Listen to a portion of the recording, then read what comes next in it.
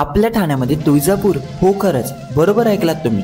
चला पाहूया हे ठाण्यातील प्रति तुळजापूर मंदिर। तुळजाभवानी मंदिराकडे जाण्यासाठी मी ऑटो पकडून पोहोचलो मंदिराजवळ। तुम्ही बसने देखील येऊ शकता। 6, 7, 90 नंबरची बस आपल्याला नितीन बस स्टॉप जवळ सोडते।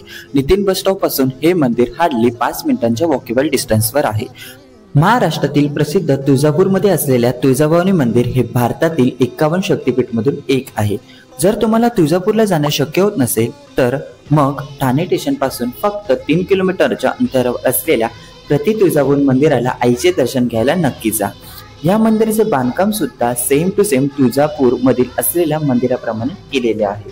त्यामुळे या मंदिरात आल्यानंतर तुळजापूर मंदिराचा अलवार स्पर्श मनाला जाणवतो। सुमारे 1350 टन काळ्या पाषाणाचा वापर करून 33 फुटांचा कलश आणि त्याच्या समोर नवग्रह, 26 स्तंभ व 20 गजमुखांची आरास, 108 दिव्यांची दीपमाळ आणि विशेष म्हणजे हेमाडपंथी शैलीचा वापर करून हे मंदिर साकारले आहे। मंदिराच्या बाहेरच देवीसाठी ओटी आणि साडीचे दुकान देखील आहेत। नवरात्र सुरू असल्यामुळे मंदिरामध्ये खूपच भक्तांची गर्दी पाहायला मिळते। देवीचा अभिषेक झाल्यानंतर मी पोहोचलो गाभाऱ्यामध्ये। गाभाऱ्यात देवीच्या समोर सुंदर दगडापासून तयार केलेली शिवाची मूर्ती गाभाऱ्याची शोभा वाढवत होती। देवीचे सुंदर सजलेलं रूप पाहून मन अगदी प्रसन्न झालं होतं। नवरात्रीमध्ये खूप गर्दी आपल्याला इकडे पाहायला मिळते।